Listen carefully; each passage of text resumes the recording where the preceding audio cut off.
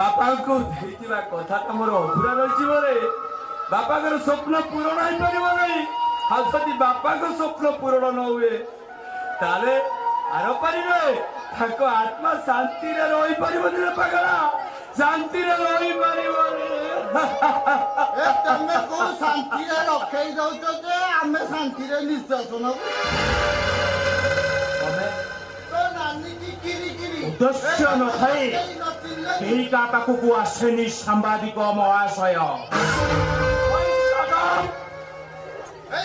ଚିହ୍ନି ପାରୁନ? ମୁଁ ପରା ପାର୍ଲାମେଣ୍ଟ ଠାରୁ ପାନ ଦୋକାନ କେବେ ସମେତ ଚିହ୍ନିଥିଲି। ହଁ ତେମେ ବି କାହିଁ ଚିହ୍ନିବ? ତେମେ ତ କାଲକାନଣ୍ଡି ସିଗ୍ନେଚରଟା। ଇଏ ମତେ କାହିଁ ଚିହ୍ନିବେ? ତୋ ନାନୀ କି ଯାହା କୁହନ୍ତୁ ଆଜ୍ଞା, ଇଏ ବାପାଙ୍କର ଆଜ୍ଞା ଦିନର ପୁତ୍ର। ବାପାଙ୍କ ନାଁକୁ ଟେକିକି ରଖିଛନ୍ତି। ବାପାଙ୍କ ନାଁ ଧନ୍ୟ କହୁଛି ତୋ ବାପାଙ୍କ ନାଁ ଧରିଲେ କଣ ଏମିତି ବାର ଶଶୁ ଦେଇଛନ୍ତି?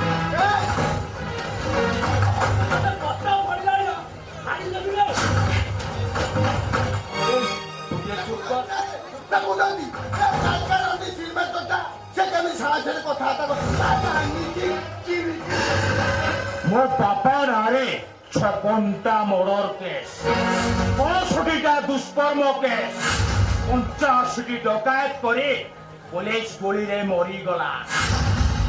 ଆଉ ସେଇଦିନ ମୋର ହଉଛି ଜନ୍ମ।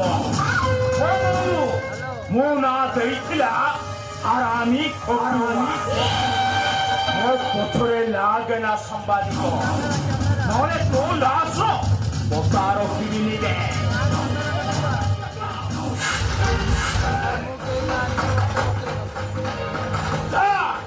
তো ভাইটাକୁ ଭଲ କରି ବୁଝା। ଗରମ ଦେଖଉଛି ଗରମ। ଘରେ ଯଦି ମୋ ମୁଣ୍ଡଟା ଗରମ ହେଇଯିବ ନା,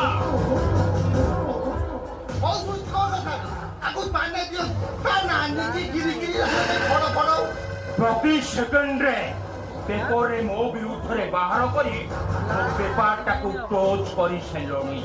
ଆବେ ଏସବୁ ବନ୍ଦ କର କହୁଛି, ବନ୍ଦ କର।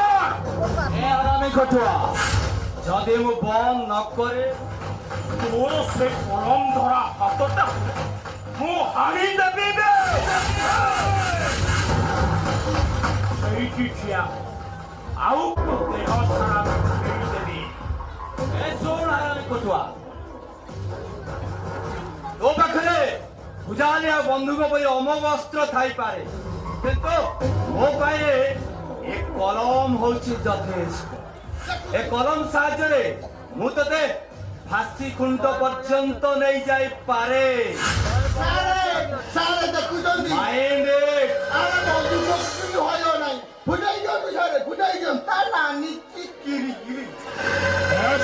ସାମ୍ବାଦିକ ପଳେଇ ଯା, চল ପଳେଇ ଯା। আস। ଟୋକା କହିଲା ନା ଦେଖାବ ମଇଦାନ ଉପରେ। ମନେ ରଖ, ମୋ ନାଁ ହଉଛି ହାରାମି। ହାରାମି ଖଟୁଆ। ମଇଦାନ ଉପରେ ହାରାମି ଖଟୁଆ এই 61 অঞ্চলে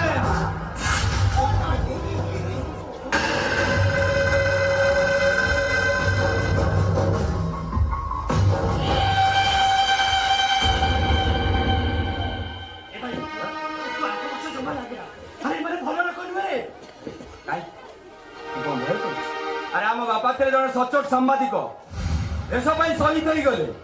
ଏବେ ସମସ୍ତ ଲୋକମାନେ ଏବେ ବି ତାଙ୍କୁ ସ୍ମରଣ କରୁଛନ୍ତି। ଆଉ ମୁଁ ତାଙ୍କର ପୁଅ ହେଇ ୟା ଭୟରେ ମୁଁ ପଛଘୁଞ୍ଚା ଦେବି? No, never. ଭାଇ ସେ କଥା ଠିକ છે। ଏତେ ବଡ ଦୁନିଆରେ ତୋର ଆଉ ମୋର କି ସାହସ ଅଛି କହିଲୁ? ଆରେ ତୁ କଣ ଭୟ କରୁଛୁ କି ରେ? ମୋର କାନେ କଣ କିଛି ହେଇଯିବ ବୋଲି? ଏ ଶୁଣ, ମୋର କିଛି ହବ ନାହିଁ ରେ। ମୁଁ ଏମାନଙ୍କୁ ମୃତ୍ୟୁର ପାଦେ ପାଦେ ଭୟ ଦେଖେଇବି। ମୋ କଲମ ସାହାଯ୍ୟରେ ଏମାନଙ୍କୁ ମୁଁ ଏନକାଉଣ୍ଟର କରି ମାରିଦେବି। ଏନକାଉଣ୍ଟର କରି ମାରିଦେବି ରେ, ଏନକାଉଣ୍ଟର କରି